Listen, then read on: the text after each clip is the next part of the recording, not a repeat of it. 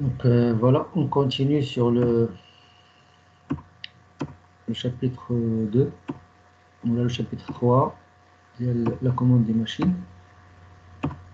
Alors la dernière fois, nous avons vu comment on crée le champ tournant au stator et comment on crée par induction le champ tournant au rotor. Et nous avons établi le schéma monophasé équivalent. Nous avons homogénéisé la fréquence en se débarrassant de G, qui est le glissement, dans l'expression de l'inductance de fuite rotorique.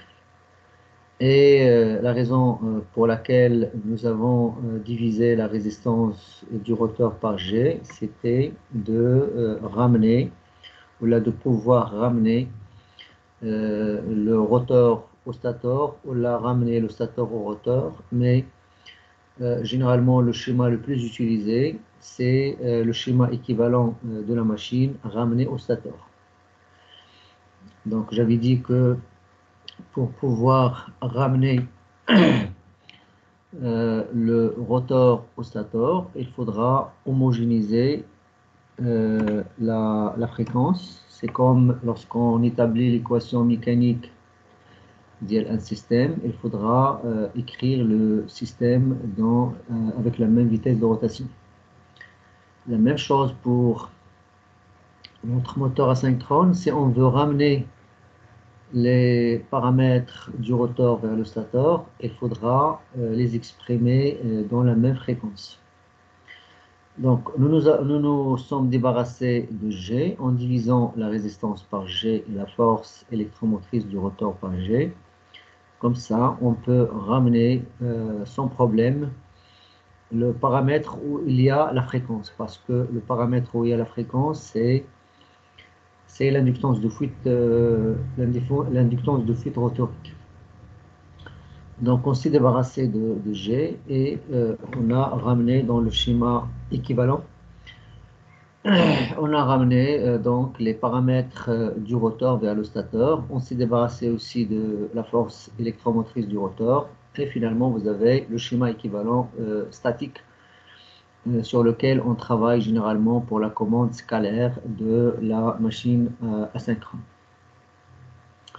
Donc, vous avez les différents éléments, vous avez les paramètres du stator, vous avez les paramètres du rotor ramenés, vous avez la branche de monétisation, et comme j'avais dit la dernière fois, on peut ajouter ici la résistance RF, qui est la résistance qui traduit les pertes fer dans la machine, mais cette résistance-là, on peut la négliger dans les calculs parce qu'il prend des valeurs très très importantes. Ça veut dire là, le courant qui la traverse est un courant qui est faible. Donc on peut généralement la négliger et négliger même l'inductance de monétisation. Des fois, là, si on veut simplifier les calculs, on peut même se débarrasser de l'inductance de monétisation. D'accord? Mais dans la commande, on doit tenir compte de cette branche de monétisation parce que dans la branche de monétisation, vous avez la force électromotrice du stator. Et puis aussi, il y a le courant de monétisation et le courant à vide. Généralement, le courant IM, c'est le courant qui traverse la branche de monétisation dans le schéma équivalent. C'est un courant presque qui reste constant parce qu'il traduit, comme j'ai dit, la branche de monétisation, surtout lorsque vous avez la force électromotrice qui est constante. Alors, généralement, dans le schéma monophasé équivalent, on ne s'intéresse pas à la force électromotrice du rotor parce qu'on n'en a pas besoin. Et généralement, on n'a pas besoin de la connaître. Et même pour la force électromotrice de l'oscillateur, des fois, on ne l'utilise pas, sauf dans la commande avancée de la machine asynchrone. Mais pour le moment, on va travailler, on va garder ce schéma monophasé équivalent. Et c'est le schéma qui va nous permettre d'établir et d'élaborer les différentes stratégies pour la commande de la machine asynchrone, surtout pour la commande scalaire. Nous avons aussi établi la caractéristique de la machine en fonction des différents paramètres, en fonction des résistances, des réactances, de la tension du primaire et du glissement. D'accord? Donc l'équation finale de notre couple électromagnétique en fonction de la vitesse ou en fonction de G, c'est ça. Donc il y a l'équation fameuse, la fameuse équation mécanique de la machine asynchrone, et c'est elle qui permet donc de tracer la forme que vous connaissez de la caractéristique mécanique de la machine asynchrone. Et là, on reconnaît le couple de démarrage, le couple maximal, la vitesse de synchronisme et puis la vitesse de rotation du rotor qui va définir le G. Donc la différence que vous avez là, c'est G, d'accord? G oméga S, d'accord? Pour la vitesse, c'est G oméga S, et pour le glissement, c'est G. Donc la différence que vous avez là, c'est G, d'accord? Alors pour le couple maximal, nous avons dit aussi que le couple maximal, il ne dépend pas de la résistance du rotor. Donc là, vous voyez sur l'expression de le couple maximal, il n'y a pas la résistance du rotor. Mais le point, on a le G qui va nous donner le couple maximal, lui, il dépend de R, de la résistance du rotor. D'accord? Et nous avons dit la dernière fois, si je change la résistance, je ne change pas la valeur maximale via le couple, mais je change l'emplacement via le couple maximal, ça veut dire que je change le GM. Donc si je change la résistance RR, je change le GM, mais la valeur du couple maximal, elle reste constante. Et c'est aussi l'une des manières que l'on peut utiliser pour faire varier la vitesse de la machine asynchrone, c'est de faire varier la résistance du rotor. Mais comme j'avais dit, généralement, la méthode AD est utilisée pour le démarrage, pas pour la commande, pas pour la variation de la vitesse. Et pour simplifier les calculs, parce que dans les grosses machines, lorsque la résistance du stateur est faible, comparée à l'inductance de fuite, on peut négliger la résistance RS.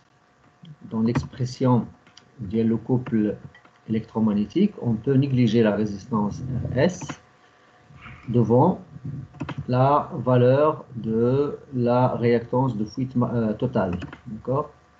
Parce que, comme j'ai dit, pour les grosses machines, vous avez des sections qui sont importantes, et qui dit section importante, donc résistance faible.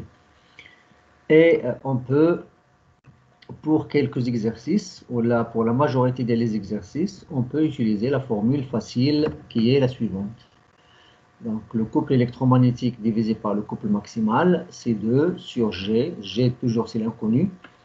Et puis, vous avez le GM, c'est le G qui correspond au couple maximal, plus GM sur G. Et on peut encore simplifier les calculs si on s'intéresse à la partie linéaire ou là, à la partie hyperbole. Donc, si on s'intéresse, si on fonctionne sur la partie linéaire, on peut prendre cette expression-là, qui est le couple électromagnétique divisé par le couple maximal, est égal à 2G sur GM, ça veut dire que c'est une droite. Si on s'intéresse à la partie hyperbolique, ça veut dire si dans le fonctionnement, on est sûr que notre G est supérieur à GM, dans ce cas, on peut prendre la formule Hadi, d'accord? Donc c'est elle la prépondérante, et dans ce cas, on aura le couple électromagnétique sur le couple maximal, c'est 2GM sur G, ça veut dire on est sur la partie hyperbole. Mais comme j'avais dit la dernière fois, ce sont des choses qui doivent être indiquées clairement par l'énoncé. Si on ne vous donne pas la résistance et que on vous dit que la résistance RS est négligeable, dans ce cas, vous pouvez utiliser la formule générale. Et si on vous dit que en plus, on travaille sur la partie linéaire, donc vous pouvez utiliser par exemple la formule. Et si on vous dit qu'on travaille sur la partie hyperbole, on peut utiliser la formule Hadi. Et là, vous voyez que ce sont des formules qui sont très simples à utiliser. Au lieu d'utiliser la formule normale, qui est la formule compliqué que vous avez ici, où vous avez les différentes résistances, la tension, le G, le oméga S, et ainsi de suite, la réactance de fuite. Vous pouvez simplifier tout ça en utilisant la formule que vous avez ici. D'accord?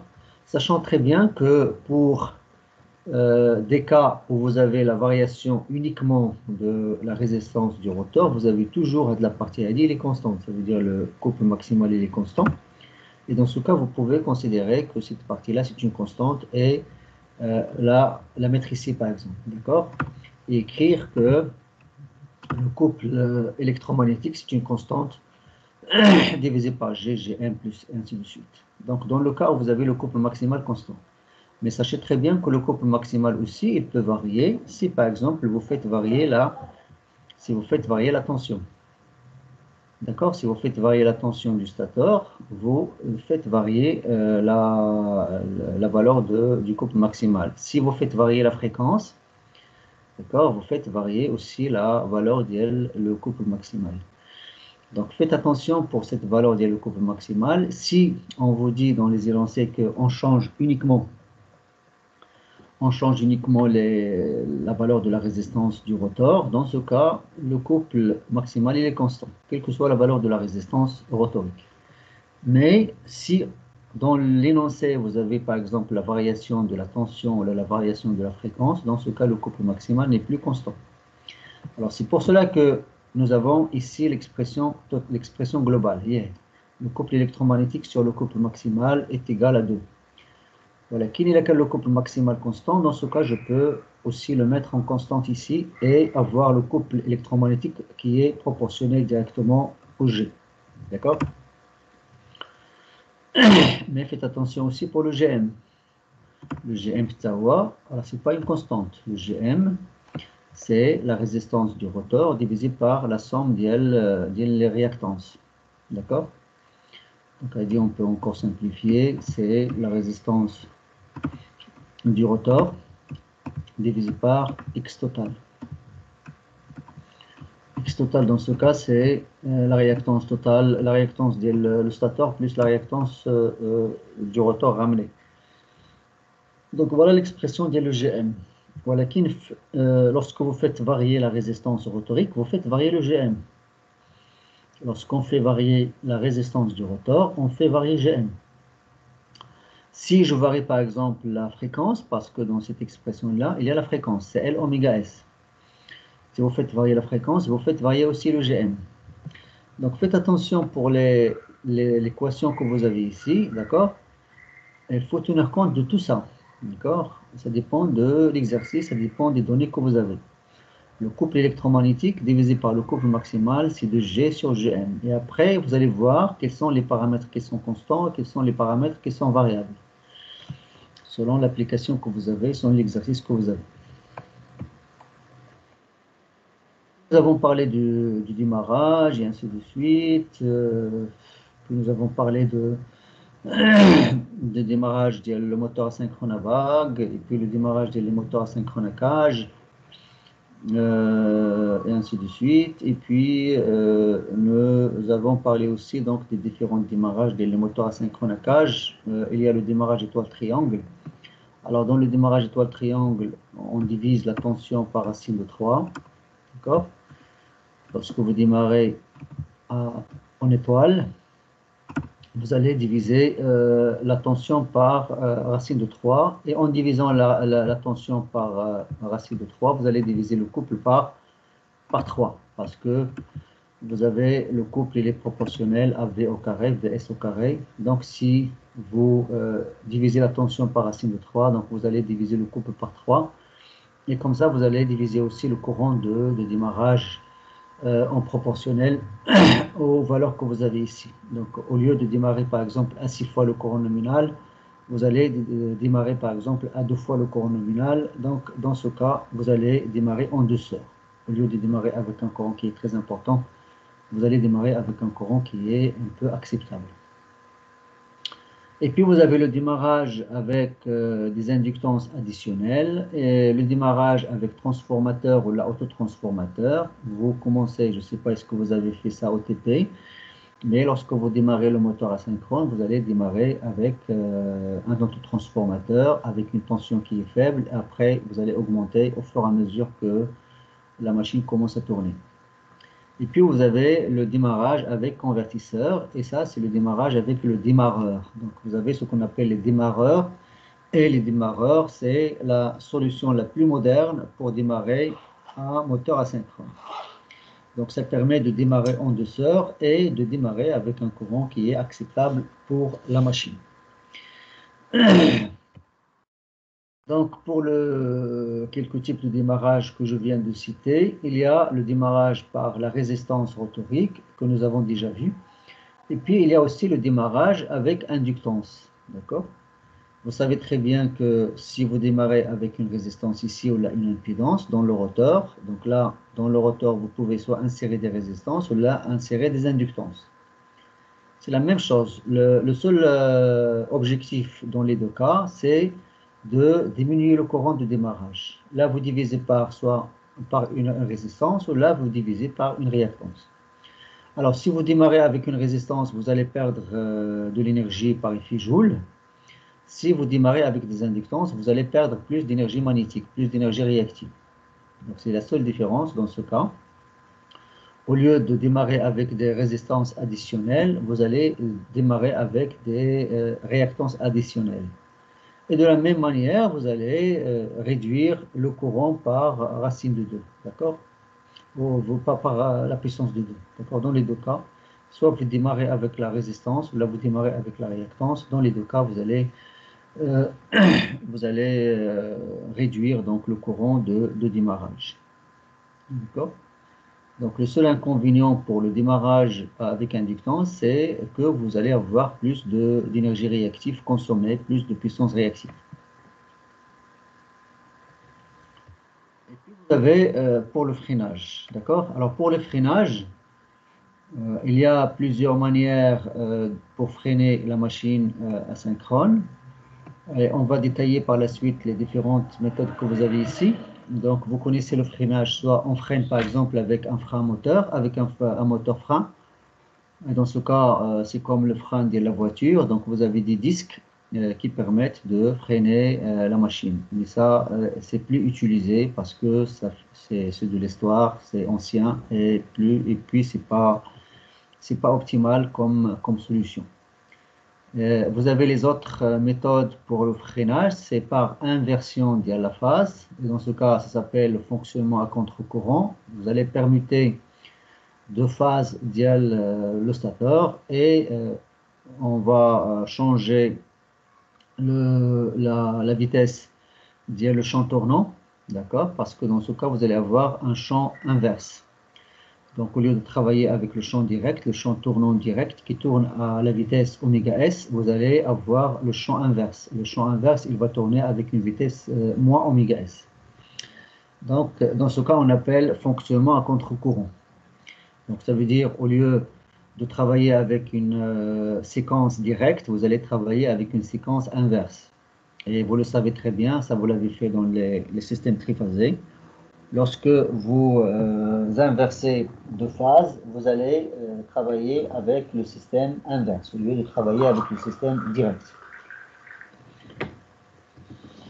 Et puis, vous avez le frein, ou le freinage par injection le courant continu.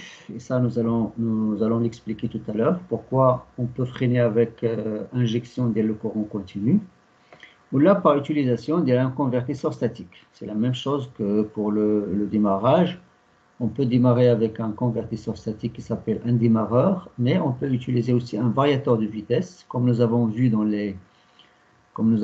l'introduction. On peut utiliser, ou là dans le moteur à courant continu, on peut utiliser des onduleurs, des redresseurs réversibles la bidirectionnelle pour freiner la machine ou là pour le faire fonctionner soit en frein, soit en génératrice.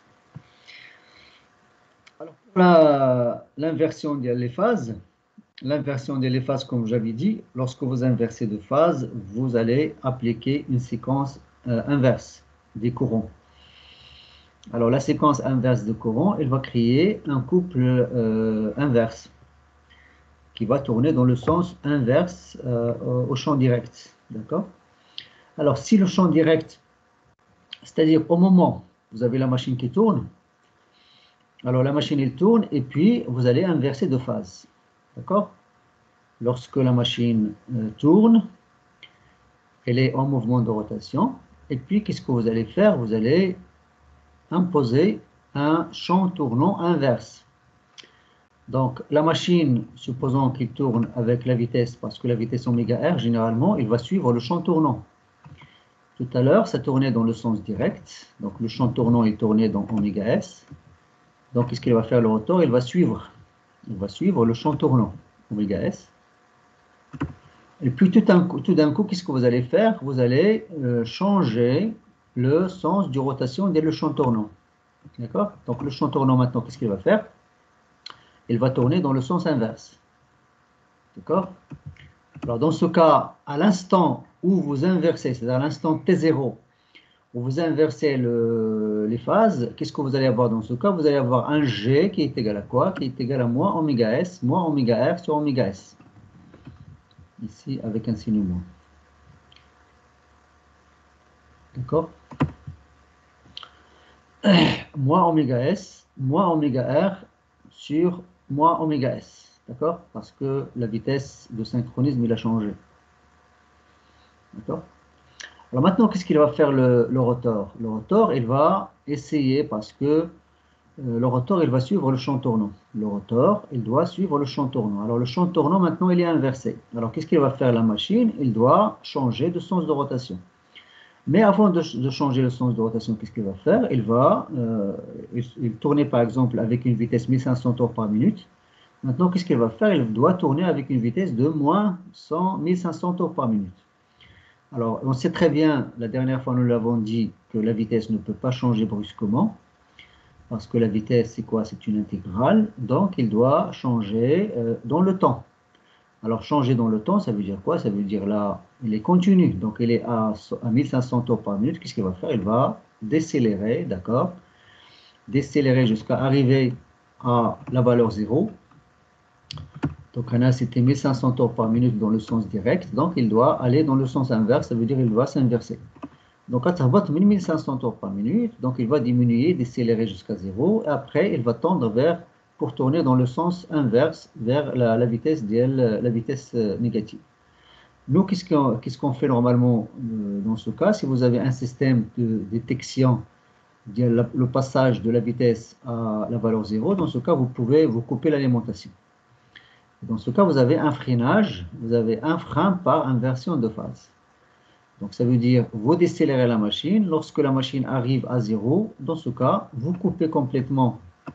Lorsque la vitesse arrive à 0, vous coupez complètement l'alimentation du stator et la machine, elle va rester à sa valeur nulle parce qu'il n'y a plus du champ tournant, ni direct ni inverse, parce que vous avez coupé l'alimentation du stator.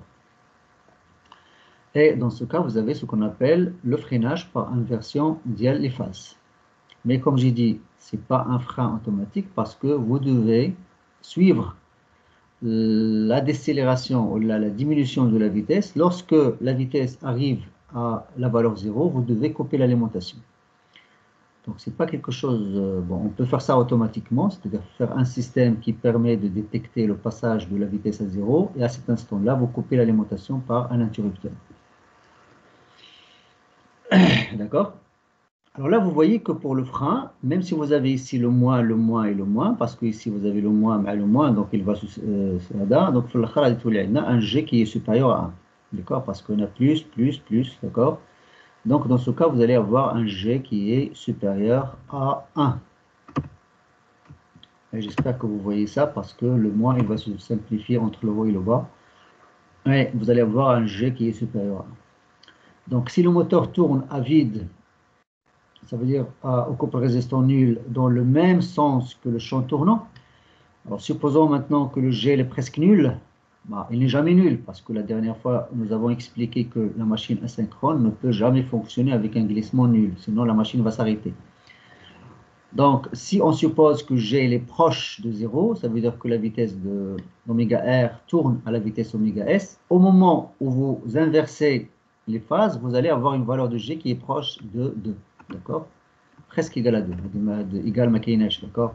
C'est presque égal à 2. Donc là, vous voyez pour la variation d'LG. Donc lorsque vous faites l'inversion des phases, au moment où vous inversez la phase, vous avez un G qui est égal à 2. Alors maintenant, si vous allez sur la caractéristique mécanique du moteur, là, vous avez G égale à 0, et là, vous avez G égale à 1. D'accord? On a 0, G égale à 0. D'accord? Là, vous avez G égale à 1. D'accord? Et là, vous avez G égale à 2. Ça veut dire, lorsque, au moment où vous freinez, qu'est-ce que vous faites? Vous projetez le point de fonctionnement ici. Voilà. Donc, le point d'INR, le point de fonctionnement d'INR est conf G égale à 2. Sachant bien que G est conf de sens. Pour la vitesse 4 conf de sens. Donc, au moment de freinage par inversion des phases, on projette le point de fonctionnement ici. Donc, G égale à 2, presque égal à 2. Donc, on est quelque part ici. On est quelque part parce qu'on est à une valeur qui est presque égale à 2. Donc, on est le point d'INA qui connaît le moment où on inverse de phase le moteur asynchrone.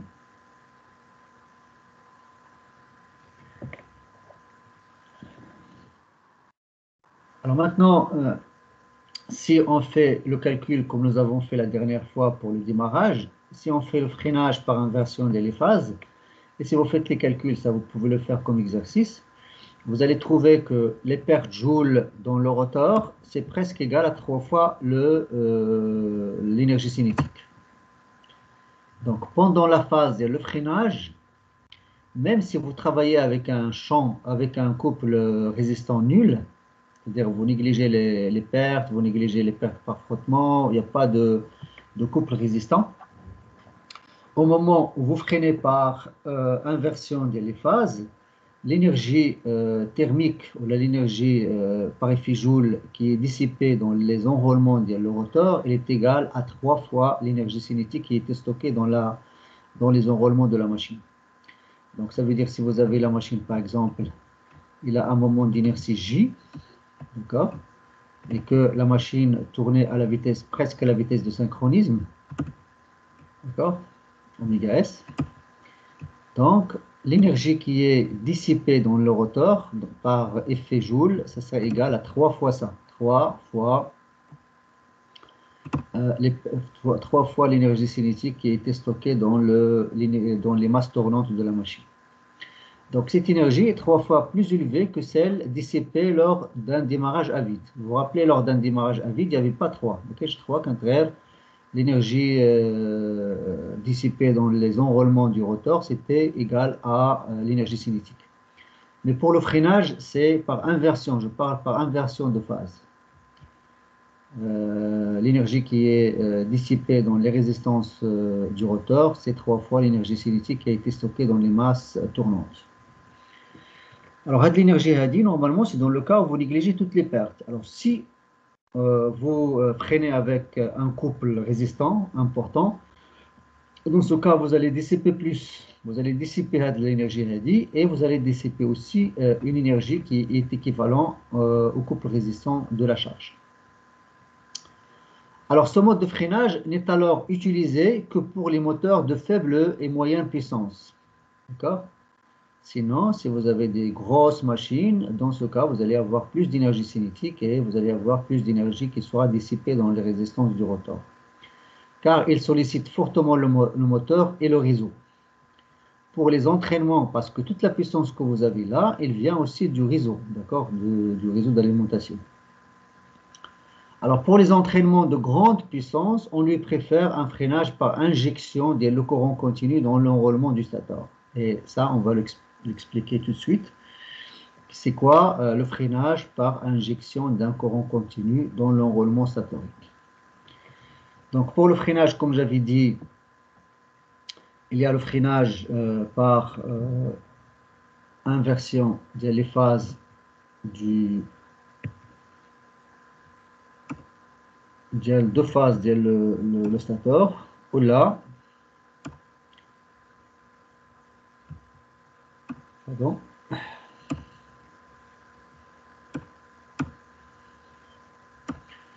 Ou là, par injection d'un courant continu dans les phases dans une phase le stateur. Alors, comment et pourquoi on peut arrêter la machine, mais dans le cas où on arrête la machine, dans ce cas, on n'a pas besoin de vérifier si la vitesse atteint la vitesse nulle. Ça va se faire d'une manière automatique. Et ça va se faire aussi dans un temps qui est très, très, très court. Alors, dans ce cas, ce procédé consiste, après avoir déconnecté le moteur du réseau d'alimentation, à brancher sur deux bornes du stateur une source de courant continu très basse, c'est-à-dire environ 20 à 24 volts par exemple, au moyen d'une batterie d'accumulateur ou d'un redresseur. Alors, j'explique. Donc, vous avez la machine qui tourne normalement, donc il est alimenté par un système triphasé alternatif, donc il tourne. Et puis, nous désirons la freiner et aussi contrôler le temps de freinage. D'accord? Alors, qu'est-ce qu'on fait dans ce cas? On va débrancher les phases du stateur. Donc, ça veut dire la tension du stateur elle est nulle. Dans ce cas, il n'y a plus de tension dans le stateur. Mais nous allons brancher deux phases du stateur, ça veut dire les deux phases du stateur, deux phases, nous allons les brancher à travers une batterie qui a une tension de 20 à 24 volts. Alors, s'il vous plaît, pourquoi on a besoin d'alimenter notre machine avec une tension de 20 à 24 volts? Parce qu'on sait très bien que lorsque vous injectez un courant continu dans les phases du stateur, alors le L d2i sur dt, ça veut dire la chute de tension dans les inductances de fuite sera nulle, parce qu'il n'y aura plus de chute de tension dans les inductances de fuite, parce qu'il n'y a plus de variation du courant. Et vous savez aussi qu'il n'y a plus de flux, d'accord? Parce que dans ce cas, le flux il n'est plus variable. Vous avez un courant continu, qu'est-ce qu'il va introduire? Un courant continu, il va introduire un champ B qui est constant, un champ B. Dans ce cas, le champ BS, c'est un champ qui est constant. Alors, il est constant en module et il est constant dans le temps et dans l'espace. Donc, ça veut dire BS, dans ce cas, il ne sera plus un champ tournant. Ce serait un champ qui est similaire à celui que l'on trouve dans la machine à courant continu. C'est un champ qui est fixe, un champ BS qui est fixe. D'accord? Alors maintenant, en alimentant le stateur avec une tension continue, avec un courant continu, qu'est-ce qu'on va créer dans le stateur? On va remplacer le champ tournant avec le champ BS d'Elna, les cannes tournants qui tournent avec une certaine vitesse oméga S. On va le remplacer par quoi? On va le remplacer par un champ qui est fixe. Alors, il a qu'un had le champ BS, tout à l'heure il tournait, et que le rotor, qu'est-ce qu'il fait normalement le rotor? Le rotor, il va suivre le champ tournant. C'est-à-dire, voilà le fonctionnement de la machine asynchrone. Vous avez toujours le rotor qui va essayer de suivre le champ tournant statorique. Alors maintenant, vous avez la machine qui tourne, et puis vous injectez un courant dans le stateur, vous allez créer un champ fixe, un champ qui est fixe. BS qui est fixe, ça veut dire quoi? Il est fixe, il ne bouge pas. C'est un champ tournant qui est créé par un courant I. Alors maintenant, qu'est-ce qu'il va faire le rotor? Le rotor, il va suivre le champ tournant. Il n'est plus tournant, d'accord? C'est un champ qui est fixe maintenant. Alors, si le champ tournant, qui n'est plus tournant, c'est un champ qui est fixe dans ce cas, qu'est-ce qu'il va faire le rotor? Il va suivre le champ. Alors, puisqu'à le champ, il est fixe, donc qu'est-ce qu'il va faire le rotor? Il va aussi diminuer, d'accord? La vitesse va diminuer pour atteindre la vitesse nulle parce que le champ BS, il a une vitesse oméga qui est égale à 0. Donc, voilà le principe de l'injection, le freinage par injection de courant continu dans le moteur asynchrone en mouvement de rotation. Donc, s'il vous plaît, qu'est-ce qu'on fait dans les exemples que je viens de détailler?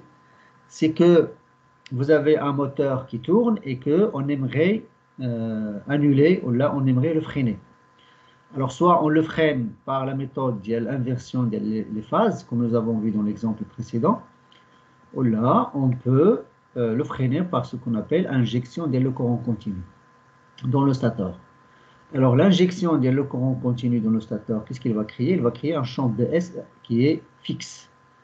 Alors, puisqu'on sait que le rotor, il doit tourner, il doit suivre le champ tournant, le champ, c'est pas le champ tournant, mais il doit suivre le champ statorique. Alors, le champ statorique, dans ce cas, c'est un champ qui est fixe, donc le rotor aussi, il va diminuer la vitesse d'IL, il va diminuer de telle manière à ce qu'il rejoint le champ statorique. Donc, le champ statorique, il est fixe, donc le rotor aussi, il va tourner à une vitesse qui est nulle. Mais dans ce cas, comme je viens de dire, on n'a pas besoin de vérifier si la vitesse est nulle pour couper, par exemple, pour couper l'alimentation. D'accord?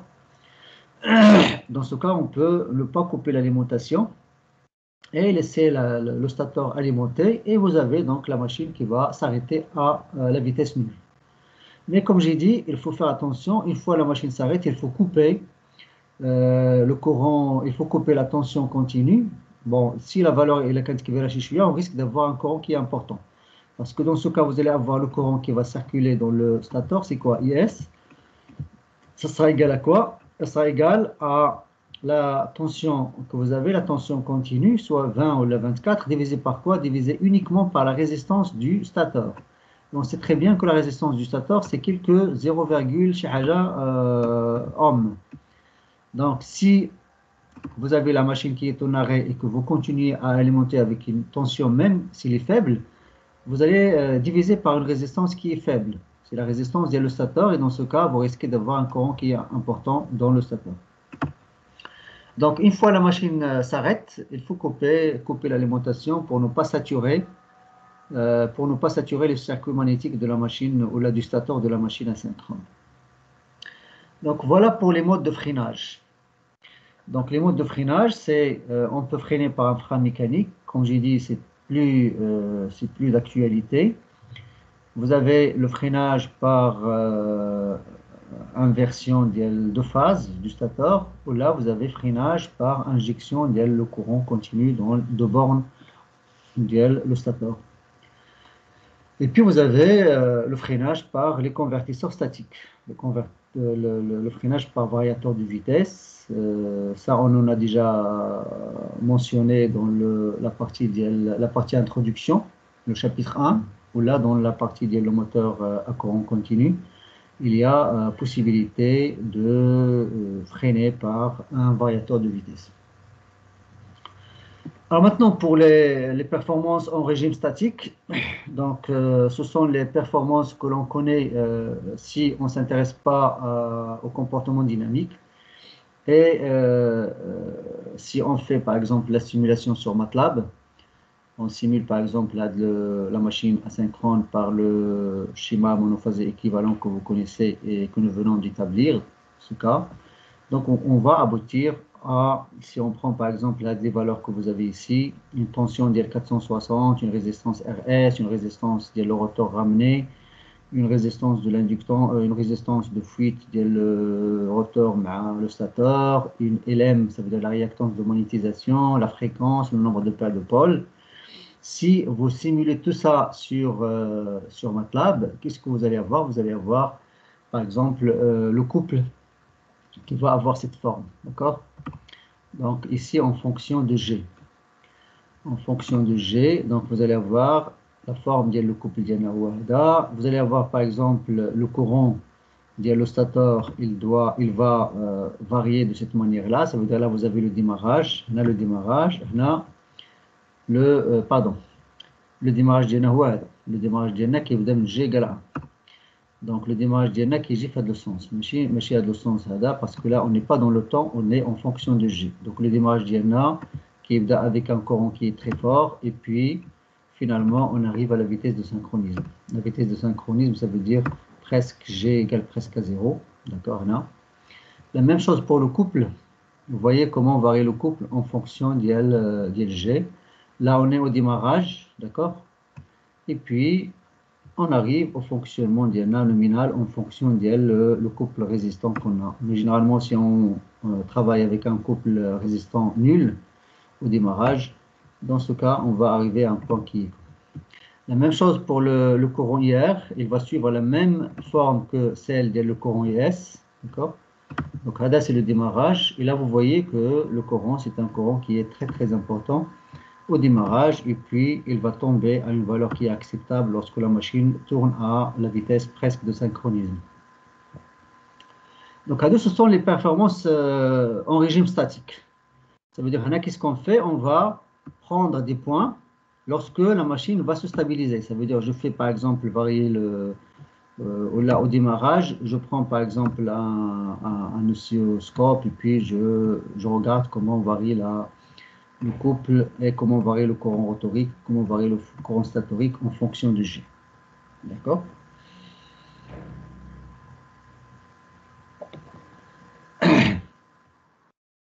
De la même façon, si vous intéressez au mode moteur et au mode génératrice, vous allez avoir le couple d'INA, donc là c'est G, qui est égal à 0, d'accord?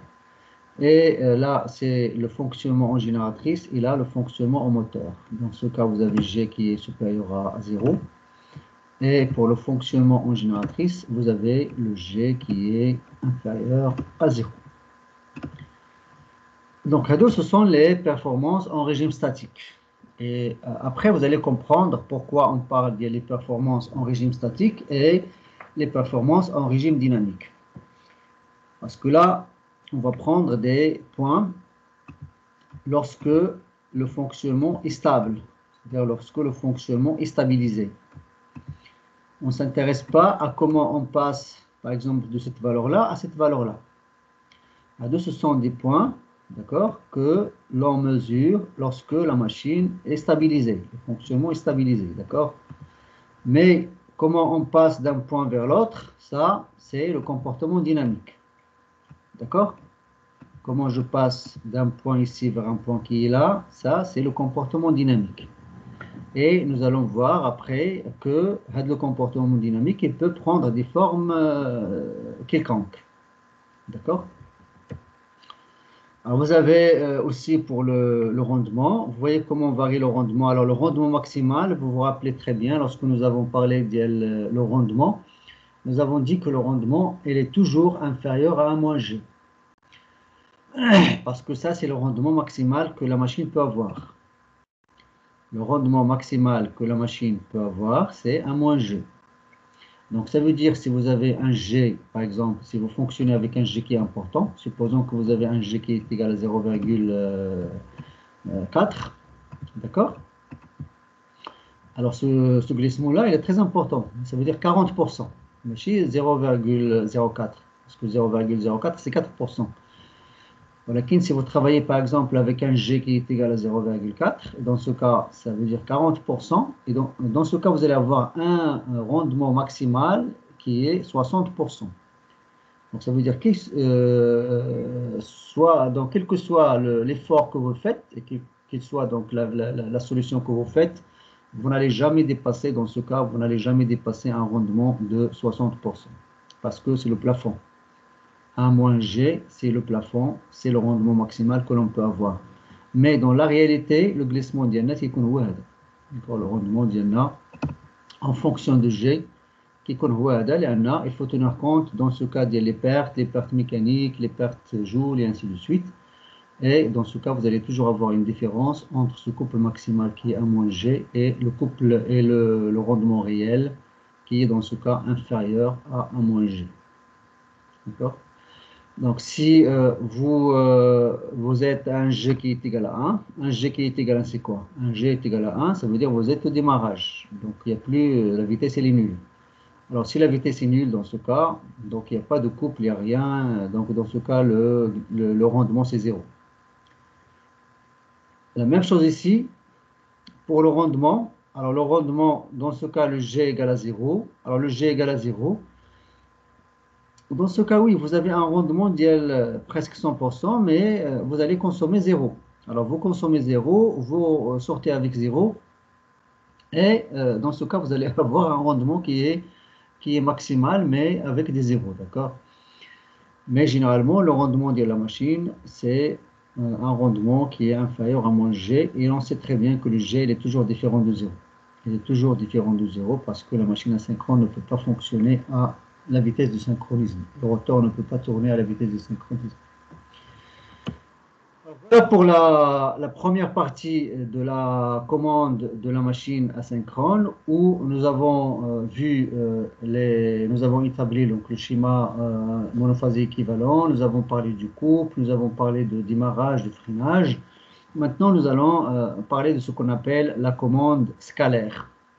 Donc, c'est quoi la commande scalaire et comment on peut réaliser la commande scalaire? Et ce sera l'objet de la deuxième partie. Donc, je vais fermer cette présentation et je vais partager une autre présentation. Donc, je ferme.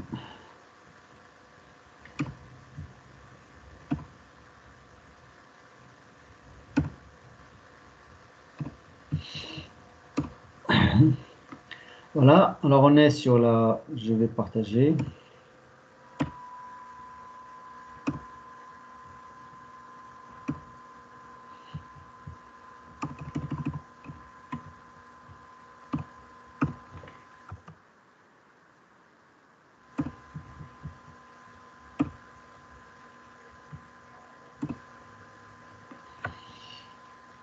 Donc, le chapitre 3, partie 2.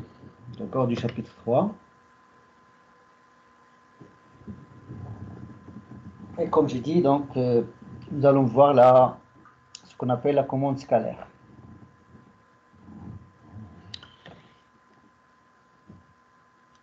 Alors, la commande scalaire, elle repose sur le schéma statique que nous avons établi dans la première partie du chapitre 3.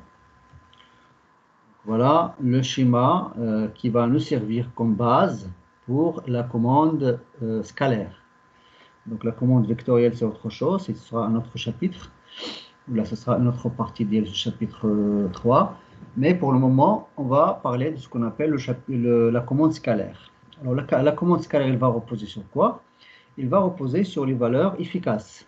Vous voyez ici, dans le schéma qu'on a ici, on a les valeurs efficaces. D'accord, VS qu'on a ici, c'est la valeur efficace. Vous avez le courant que vous avez ici, c'est la valeur efficace, et ainsi de suite.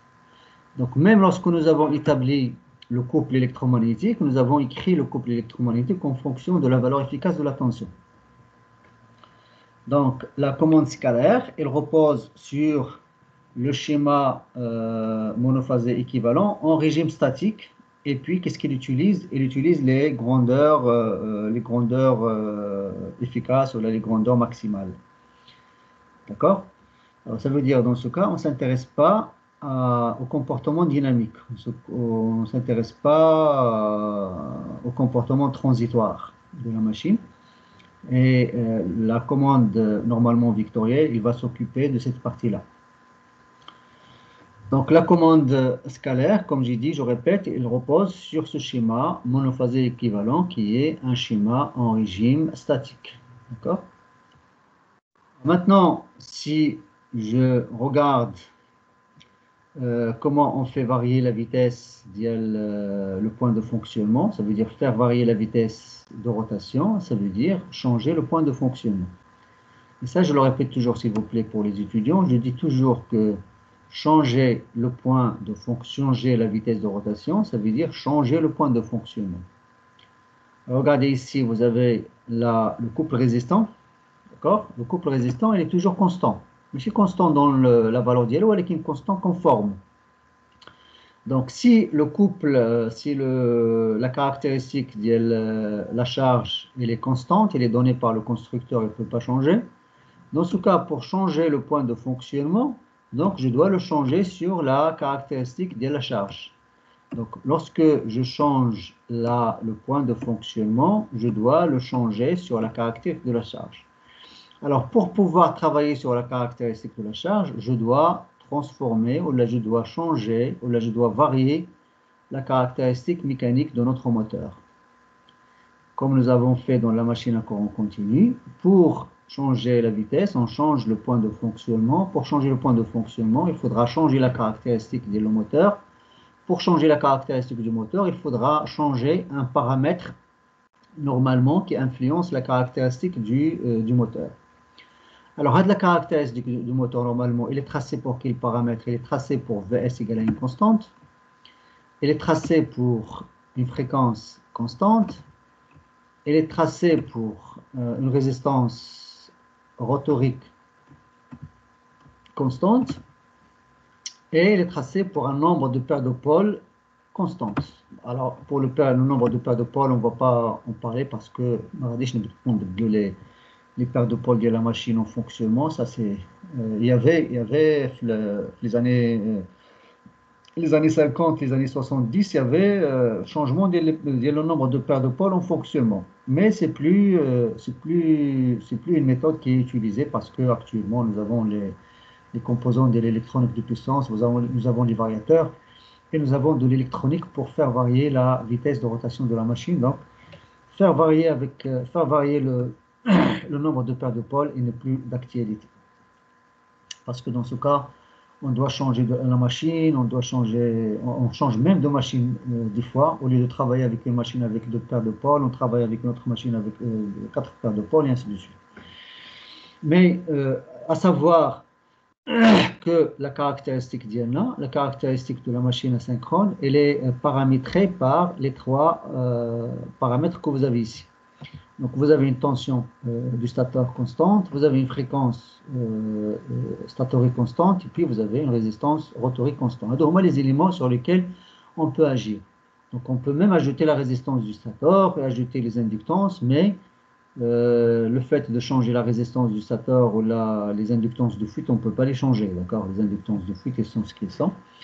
Mais on peut changer donc la fréquence, on peut changer la tension d'alimentation, on peut changer la résistance du rotor. Donc voilà les 3 paramètres sur lesquels on peut agir pour assurer ce qu'on appelle la commande scalaire de la machine asynchrone. D'accord? Et nous allons voir pour chacun des paramètres, vous vous rappelez lorsque nous avons vu la machine à courant continu, on faisait varier par exemple la résistance de l'induit, on faisait varier le flux, on faisait varier la tension de l'induit, oui, et puis on regardait comment changer la caractéristique du moteur. De la même manière, on va voir comment ça va changer la caractéristique du moteur asynchrone en faisant varier l'un des 3 paramètres, mais en gardant les autres constants. Ça veut dire que je ne vais pas changer en même temps la tension et la fréquence, non, je vais changer la fréquence en gardant la tension et la résistance constantes. Je veux changer par exemple la tension, mais je garde les 2 autres paramètres constants. Et nous allons voir que dans une commande scalaire, on va faire varier les deux. On va faire varier VS et varier FS en même temps, mais nous allons voir pourquoi. Mais pour le moment, on va nous intéresser au cas où nous faisons varier uniquement un des paramètres et on laisse les 2 autres paramètres constants. Donc voilà pour les méthodes que l'on peut utiliser pour faire varier la vitesse de la machine asynchrone. C'est soit changement de nombre de paires de pôles. Alors s'il vous plaît, pour les... J'ai fermé l'autre présentation, sinon on aurait l'expression le couple électromagnétique. Alors est-ce qu'on a l'expression quelque part ici? Là, on n'a pas l'expression. Dans l'expression le couple électromagnétique, on a la tension, d'accord, multipliée, pardon, donc je ne me rappelle plus de la formule, mais parce que, comme j'ai dit tout à l'heure, c'est une formule qui est compliquée. Donc, vous avez Vs au carré. Si vous avez un nombre de paires de pôles qui est différent de 1, donc il faut multiplier par P, d'accord? Et puis, je pense c'était 2 ou la 3 sur 3 oméga S fois G, et ainsi de suite. D'accord? Et puis, vous avez la résistance, du rotor, et puis la réactance, et ainsi de suite. Mais de toute façon, bon, vous avez autre chose. D'accord? Alors, dans l'expression le couple électromagnétique, vous avez en fonction d'LP, le nombre de paires de pôles, vous avez en fonction de la tension d'alimentation, vous avez en fonction de la résistance du rotor et en fonction de la fréquence des courants statoriques. Donc, pour résumer, la manière pour faire varier la vitesse du moteur asynchrone, c'est soit un changement de nombre de paires de pôles. La vitesse synchrone varie avec le nombre de pôles. On sait très bien que la vitesse de synchronisme, c'est quoi? La vitesse de synchronisme, c'est la fréquence les enrôlements, les courants statoriques, d'accord? Fs, que vous divisez par le nombre de paires de pôles. D'accord? Donc, si vous changez le nombre de paires de pôles, vous allez avoir la vitesse de synchronisme qui va être divisée par le nombre de paires de pôles dans ce cas. Donc, une fois que vous changez P, vous allez changer la vitesse de synchronisme. En changeant la vitesse de synchronisme, vous allez changer, là, si vous changez la vitesse de synchronisme, donc là, vous avez la première. Si vous avez par exemple la deuxième, donc vous allez changer la caractéristique. D'accord? Alors, en faisant changer la caractéristique, vous allez changer le point de fonctionnement et vous allez faire varier la vitesse de la machine asynchrone. Mais comme j'ai dit, c'est une méthode qui n'est plus utilisée parce que, premièrement, ça demande 2 ou 3 machines pour faire le changement de paire de pôle. Et puis, c'est une variation qui est discontinue parce que vous savez très bien que le nombre de paires de pôles, ce n'est pas un nombre qui est réel, mais c'est un nombre qui est entier. Ça veut dire que vous allez avoir P égale soit, par exemple, à 1, égale à 2, 3. Et dans ce cas, vous n'avez pas la possibilité de faire varier la vitesse de la manière que vous voulez. Supposons, par exemple, dans ce cas, la vitesse il sera toujours divisée par un entier. Supposons que vous voulez, par exemple, tourner au lieu de, comme par exemple 3000. Alors 3000, si vous avez 3000 tours par minute, si vous voulez tourner à 1500, par exemple, vous faites P égale à 2. Si vous voulez tourner à 750, vous faites P égale à 4.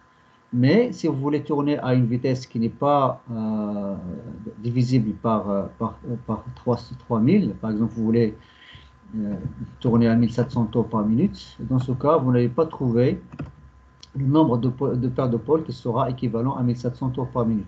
D'accord? Parce que 3000 n'est pas un multiple de 1700. Donc, dans ce cas, vous avez un changement qui est discontinu et pas de réglage fin. Réglage fin, ça veut dire tourner à une vitesse désirée. Dans ce cas, il n'y a que un nombre limité de vitesses pour lesquelles vous pouvez changer la vitesse de rotation. Alors, la deuxième méthode, c'est de changer la tension, l'amplitude et de garder la fréquence fixe. D'accord? Vous changez, vous faites varier la tension d'alimentation et vous gardez la fréquence fixe. Et je continue sur ce cas-là. Donc, dans cet exemple, utilisons par exemple un transformateur ou un triac. Donc, pour un triac, vous allez créer ce qu'on appelle un gradateur. Et le gradateur, ça veut dire quoi? C'est un convertisseur qui permet de changer la valeur efficace de la tension. Alors, le glissement devient élevé si la tension est réduite, au rendement faible. Alors ça, on va le voir après, lorsqu'on va étudier ce cas-là. Vous allez voir que si vous diminuez la tension, d'accord, vous allez augmenter le couple et dans ce cas, vous allez avoir un rendement qui est très faible. Alors, le troisième cas, là, on parle des cas normalement qu'on utilise, d'accord? On peut faire ce qu'on appelle la tension variable et la fréquence variable. Il y a là ce qu'on appelle la commande scalaire. La commande scalaire AV sur F égale à une constante. C'est-à-dire ça s'appelle la commande scalaire V, pardon, la commande scalaire V sur F égale à une constante. Alors vous voyez dans ce cas que je fais changer, si je fais changer donc la vitesse, pardon, c'est pas la vitesse, si je fais changer la tension d'alimentation, c'est le stator, je fais aussi changer la fréquence des courants statoriques de telle manière à ce que le rapport Vs sur Fs soit égal à une constante. Donc, il y a la commande scalaire à Vs sur Fs égale à une constante. Donc, il y a normalement la commande scalaire, d'accord? Les méthodes bon, on n'utilise pas, mais ce qu'on utilise généralement, c'est cette méthode-là, ça veut dire changer en même temps la tension et la fréquence. de telle manière à garder le rapport VS sur la fréquence égal à une constante. Donc, il y a ce qu'on appelle normalement la commande scalaire de la machine asynchrone.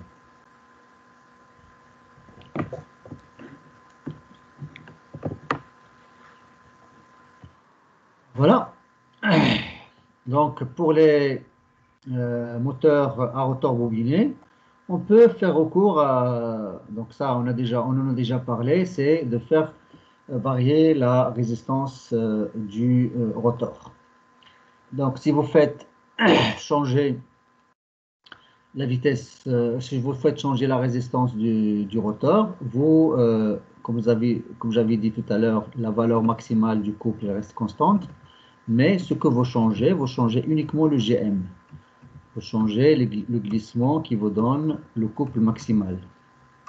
Et vous avez la caractéristique qui va changer de la manière suivante. D'accord?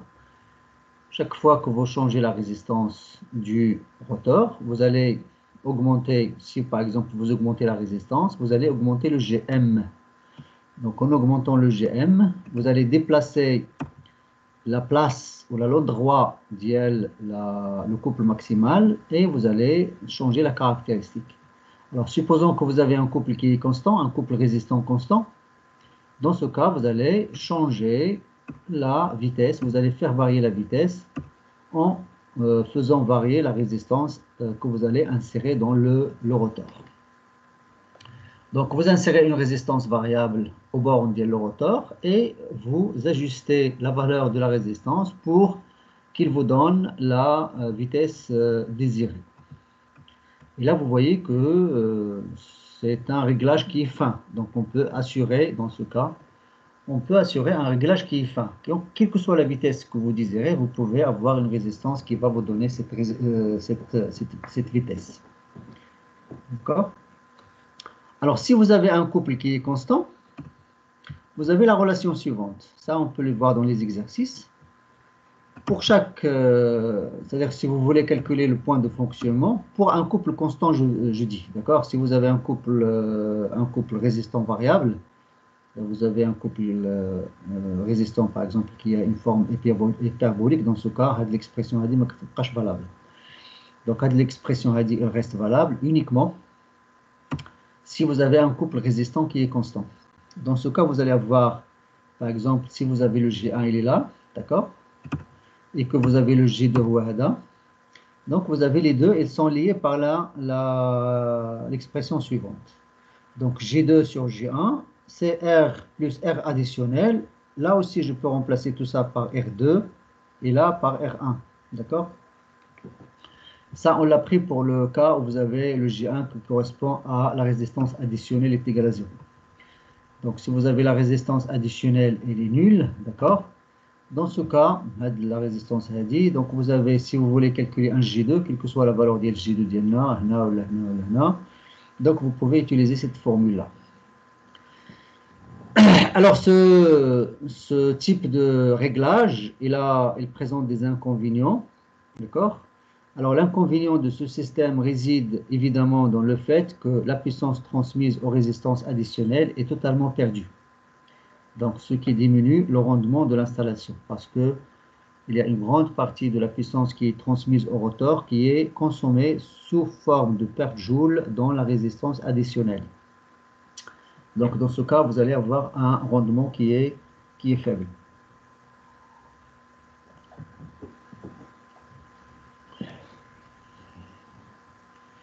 D'accord, voilà pour le premier réglage. Et comme j'avais dit la dernière fois, c'est plus utilisé pour la variation de la vitesse. Généralement, on peut le trouver dans le démarrage, mais pas dans la variation de la vitesse. Et puis, vous avez la cascade hyposynchrone. Là, on est toujours dans le cas du moteur à rotor bobiné. Alors, généralement, la grande partie des moteurs asynchrones utilisés dans la commande, ce sont des moteurs à cage.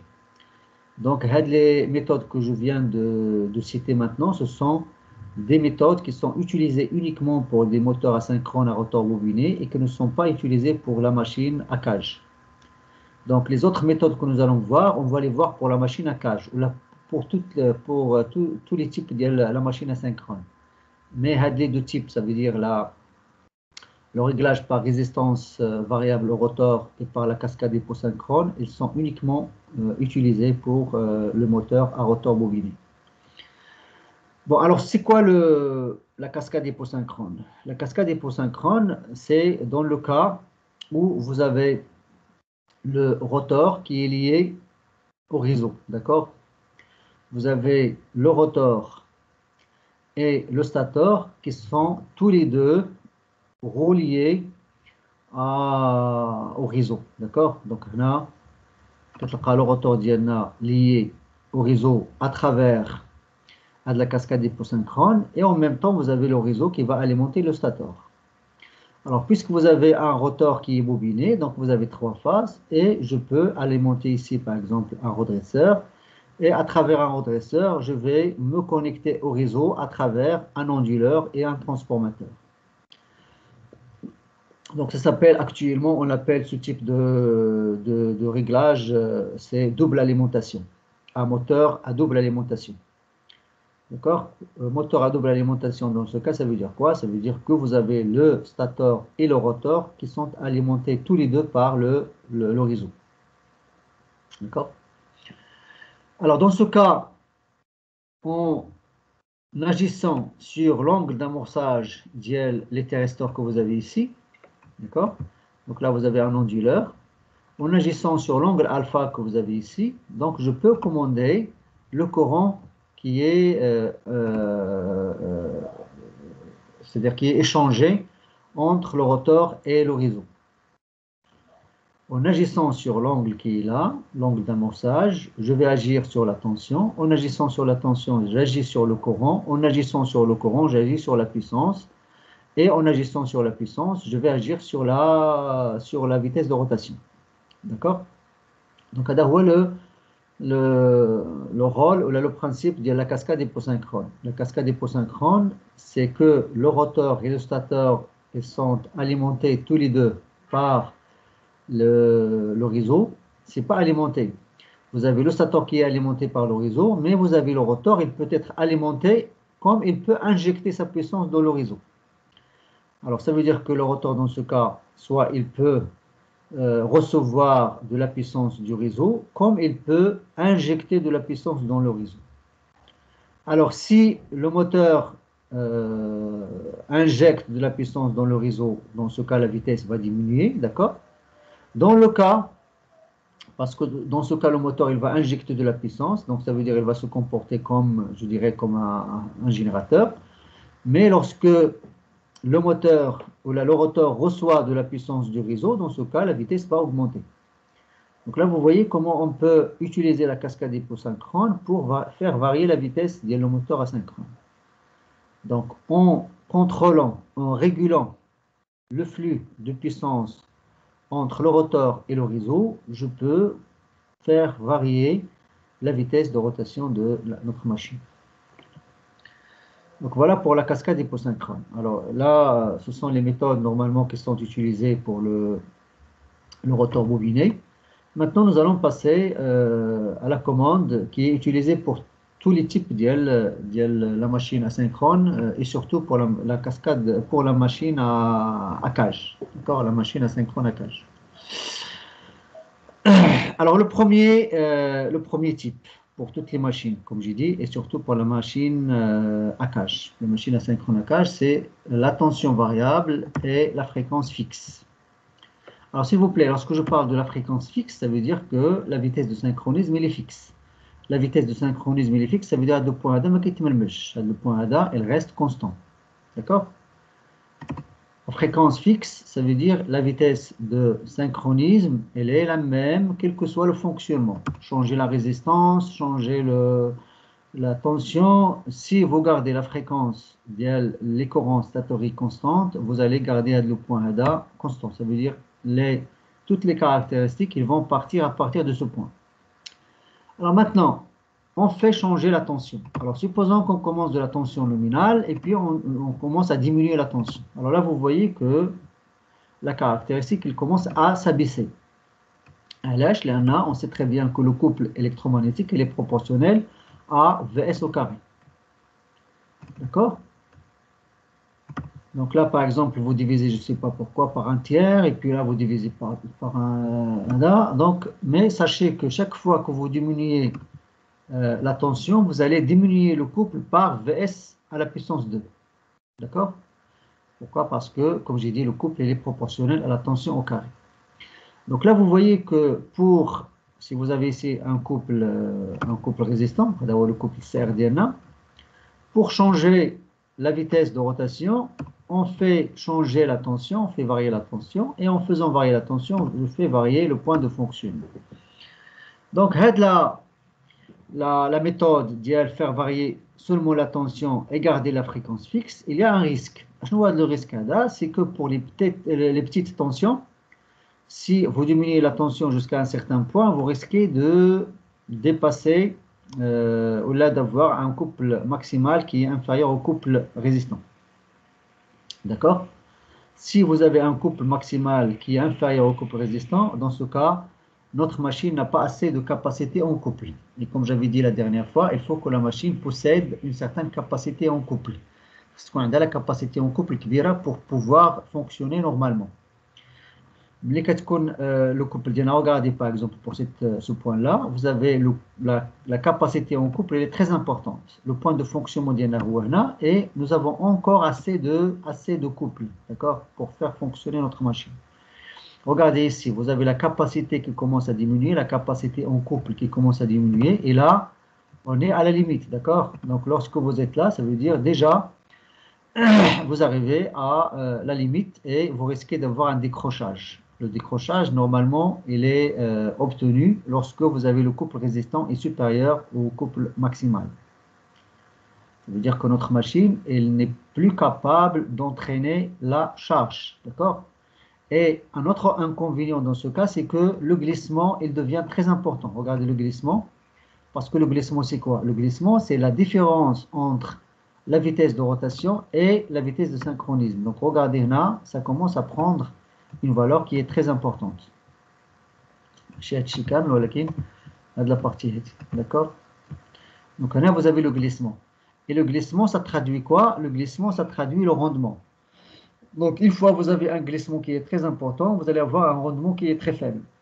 Donc, surtout pour les faibles vitesses. D'accord? Donc, pour la variation de la vitesse par la variation de la tension d'alimentation et en gardant la fréquence fixe, vous avez deux inconvénients majeurs. Le premier inconvénient, c'est que vous diminuez la capacité en couple, en diminuant la tension, parce que le couple est proportionnel à la tension au carré. Et le deuxième inconvénient, c'est que en faisant varier donc la tension, on augmente le glissement, surtout pour les faibles vitesses. Et dans ce cas, on risque d'avoir un jet qui est très important et un rendement qui est très médiocre, un rendement qui est faible. Donc voilà la première manière pour faire varier la vitesse d'un moteur asynchrone, c'est de faire varier la tension d'alimentation et de garder la fréquence fixe. Donc là, c'est la première méthode.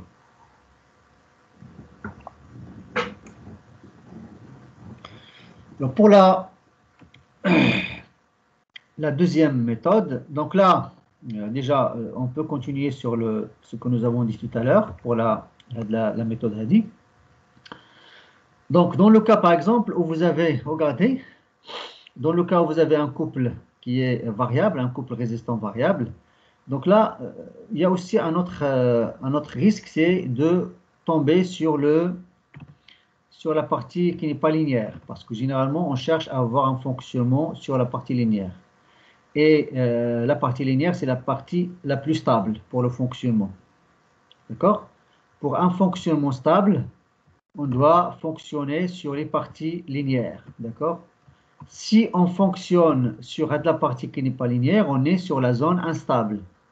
Alors la zone instable, ça veut dire quoi? Ça veut dire avec une petite variation, on risque de perdre la stabilité de notre système. Donc là, vous voyez, lorsqu'on fait descendre, là on fait diminuer la tension, on risque de fonctionner sur la partie qui est la partie instable. Et de la même manière ici, vous voyez sur ce point-là, si vous avez un couple résistant qui est constant, à partir d'une certaine tension, on peut avoir un point de fonctionnement instable. D'accord?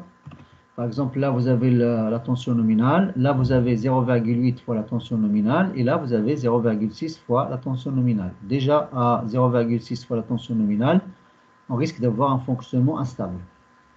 D'accord? Donc, surtout à de la partie rédite. D'accord?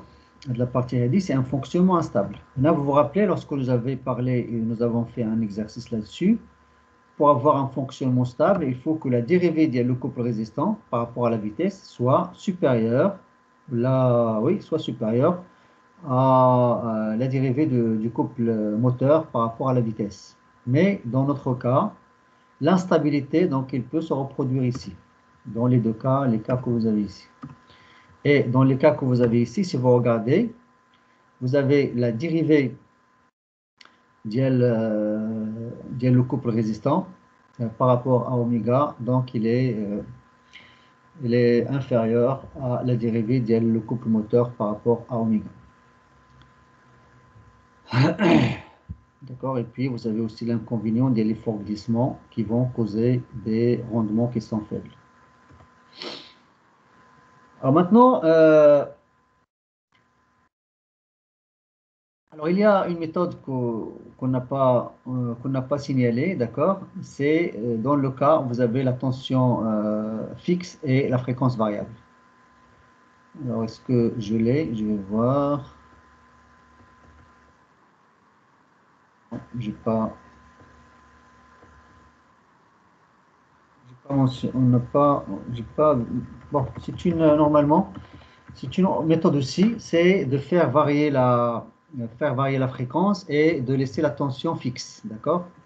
Alors je peux créer une diapo et vous montrer comment on peut faire varier, par exemple,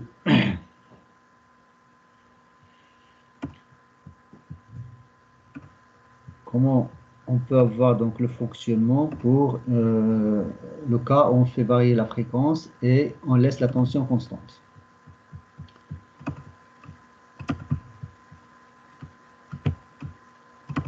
D'accord? Alors maintenant, vous avez ici la fréquence. D'accord? La fréquence, qu'est-ce qu'il définit normalement? La fréquence, il va définir la vitesse de synchronisme. D'accord? La vitesse de synchronisme. Alors, si vous changez la fréquence, d'accord, vous allez changer la vitesse de synchronisme. Donc, par exemple, ici, vous avez oméga S1. Là, vous avez oméga S2.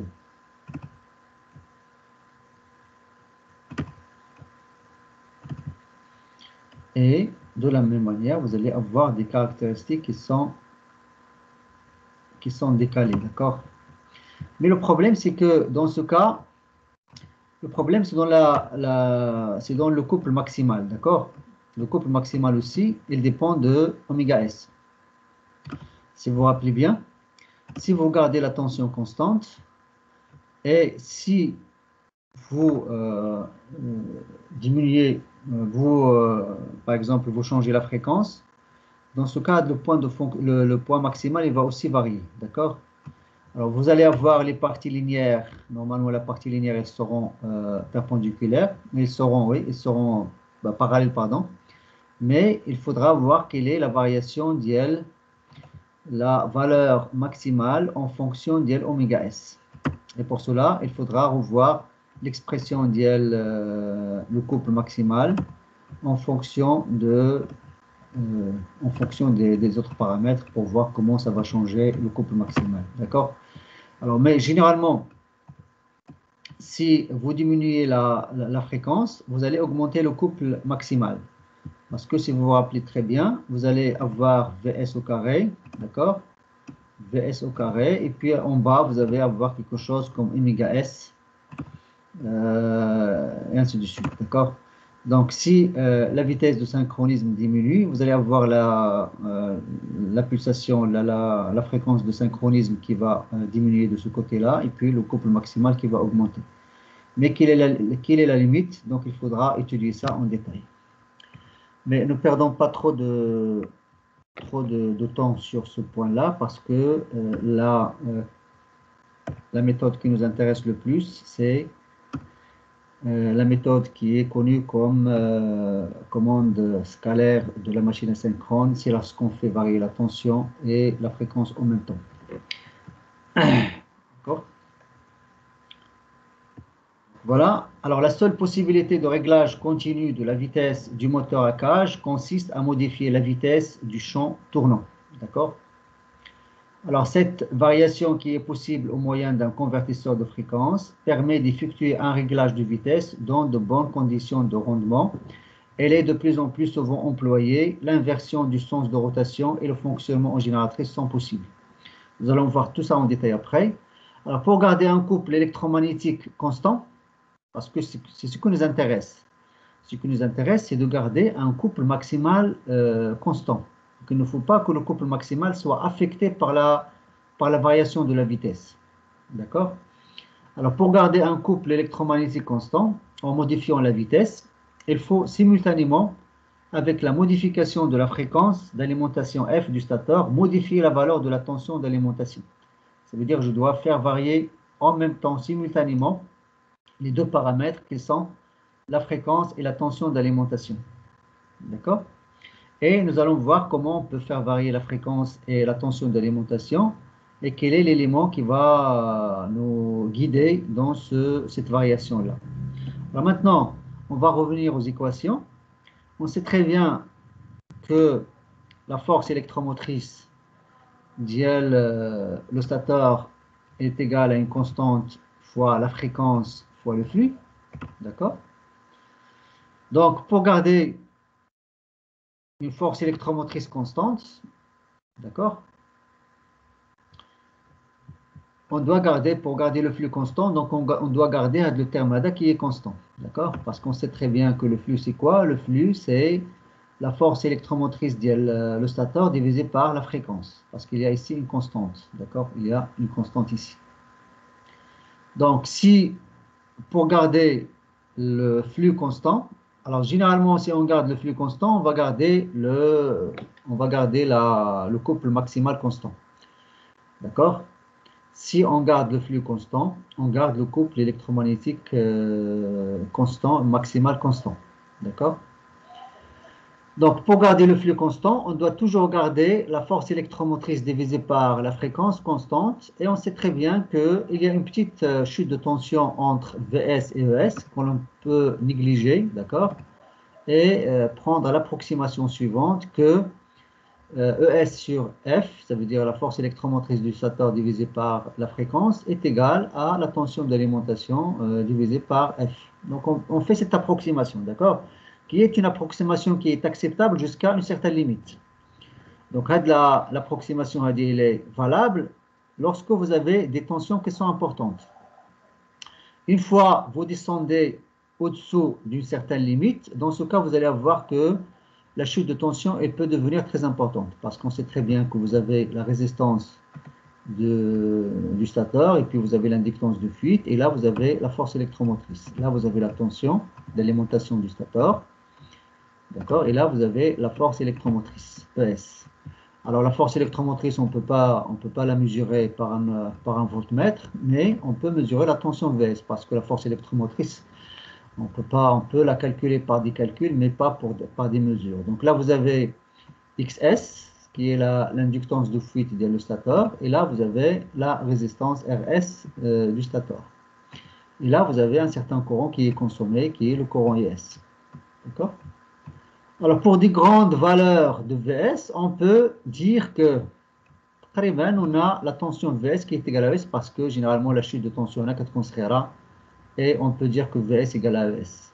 Mais lorsque la valeur de VS diminue, ça veut dire la valeur de la tension d'alimentation du stateur commence à prendre des valeurs qui sont très faibles, dans ce cas, la valeur de la chute de tension elle peut devenir très importante. Et dans ce cas, on ne peut plus dire que la tension VS est égale à ES. Mais après, nous allons voir comment on peut remédier à ce problème pour des tensions qui sont faibles. Nous allons voir ça par la suite, la compensation de la diminution importante de la tension du stator. Mais à garder pour le moment que pour garder un flux qui est constant, alors le flux constant, il va nous permettre d'avoir un couple qui est constant, un couple maximal je parle, un couple maximal constant. Alors pour garder un flux qui est constant, il faut toujours avoir le rapport V sur F égale à une constante. D'accord? Alors si on garde la formule constante, quelle que soit la variation que l'on fait, donc on va garder un couple qui est constant. Et dans ce cas, vous allez avoir quoi? Vous allez avoir des caractéristiques qui sont parallèles. Des caractéristiques qui sont parfaitement parallèles. D'accord? Alors dans ce cas, هذا هو la caractéristique de la variation ديالنا parce qu'on cherche à avoir Vs sur F qui est égal à une constante. Donc chaque fois que j'ai une fréquence, j'ai la valeur correspondante de la tension. Chaque fois que j'ai une fréquence, j'ai la tension correspondante et ainsi de suite. Donc les deux. Et là, on a donc la caractéristique de la commande. La caractéristique de la commande ديالنا c'est une droite. Là, c'est que le Vs sur F est égal à une constante. Et comme j'ai dit, on arrive à des caractéristiques qui sont parfaitement en parallèle. Donc là, vous avez, chaque fois que je change la fréquence de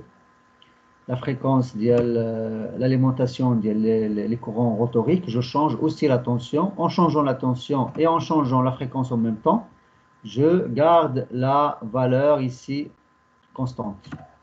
Maintenant, le couple maximal constant, j'ai fermé l'autre présentation, mais vous savez très bien que le couple maximal, le couple maximal, si vous vous rappelez bien, c'était le couple maximal comme une approximation, mais les autres valeurs, on ne va pas en tenir compte, mais c'est quelque chose qui est égal à quoi? Quand on a VSNA au carré, et ça vous pouvez le voir dans l'expression le couple maximal. هنا لتحت كانت شي حاجه اوميغا اس بون ما غاديش شي حاجه 2 ولا شي حاجه ما تهمناش ولكن en même temps fois x qui est x total.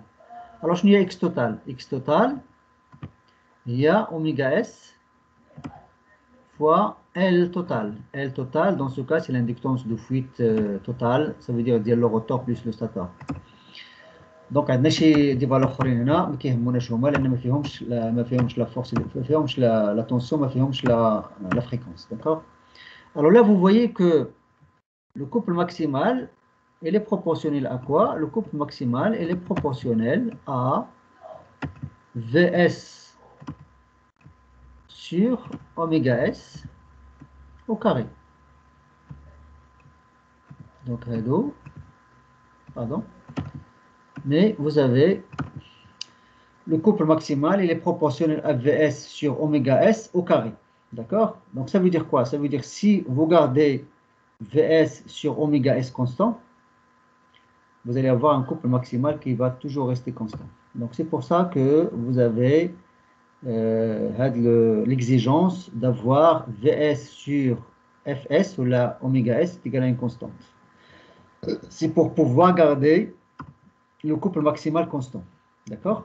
Donc, lorsque vous faites varier la tension, vous faites varier oméga s de la même manière, de telle manière à garder Vs sur Fs est égal à une constante, et ça va garantir un couple qui est constant, un couple maximal constant.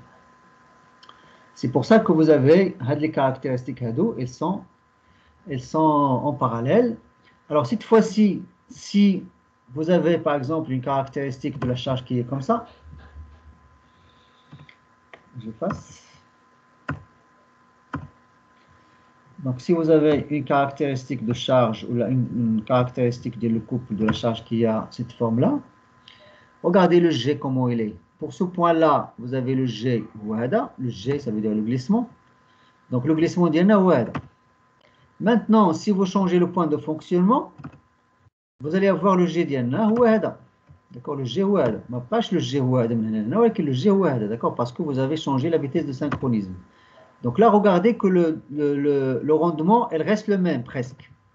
Le rendement, elle va rester le même parce que le glissement d'Iana, Tawa, il reste faible, d'accord? Quel que soit le point de fonctionnement que vous avez. Donc, quel que soit le point de fonctionnement choisi, vous allez avoir toujours le G d'Iana ou Had. D'accord? Ça veut dire un glissement qui est faible et un rendement qui est fort. D'accord?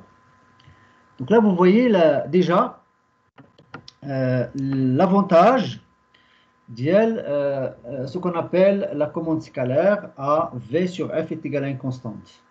Vous avez des caractéristiques qui sont parallèles et en même temps, vous allez toujours garder presque le même G. Mais chez le même G, vous allez, bon, ça dépend. Si vous avez une caractéristique qui est constante, vous allez toujours avoir le même G. Et là, quand on a la caractéristique de la charge constante, ça veut dire le couple résistant constant, vous allez toujours avoir le même G, la même valeur de G. D'accord? Vous n'allez pas faire varier la valeur de G, elle va rester la même. Donc, ça veut dire le rendement, ça va rester le même. Mais si vous avez une caractéristique le couple résistant qui est variable, dans ce cas, le G, il va varier, mais il va rester faible. D'accord? Et dans ce cas, vous allez garder, vous n'allez pas perdre sur le rendement. Quelle que soit la vitesse de rotation choisie, vous n'allez pas avoir de changement considérable dans la valeur de G et dans la valeur de le rendement. D'accord? Donc, à deux, ce sont les avantages. Ce sont les avantages d'IL, la commande scalaire A, V sur F est égal à une constante. Donc, comme vous voyez ici dans cette expression-là ou là, dans ce schéma-là, si vous avez un couple résistant constant, vous voyez, vous allez toujours avoir le même G. D'accord? Vous allez toujours avoir le même G. D'accord? Vous n'allez pas changer de G. Le G il va rester constant parce que ici, vous avez des droites qui sont parallèles. D'accord? Donc, avec ce mode d'alimentation, V sur F égale à une constante, il est possible d'obtenir un point de fonctionnement en tout point de la région OA, BC de la figure C-bas. Dans ce cas, les caractéristiques du moteur asynchrone rappellent celles du moteur à courant continu à excitation séparée. Et là, je fais par exemple le test. Bon, sans tenir compte de la partie qui est en haut, vous allez voir que les caractéristiques ils ressemblent aux caractéristiques de la machine à courant continu, à excitation séparée, à alimenter à flux constant et à tension d'induit réglable. Donc, si vous faites changer la tension de l'induit et le moteur asynchrone, donc on les fait changer de cette manière et vous gardez un flux qui est constant comme nous avons fait dans la machine à courant continu. Donc là, vous voyez que avec ce mode de réglage, avec ce mode de variation de la vitesse, c'est-à-dire en gardant la tension sur la fréquence constante, on peut reproduire le même fonctionnement que celui de la machine à courant continu. Donc voilà, je pense que je vais m'arrêter sur ce point et on va reprendre demain matin, Inch'Allah.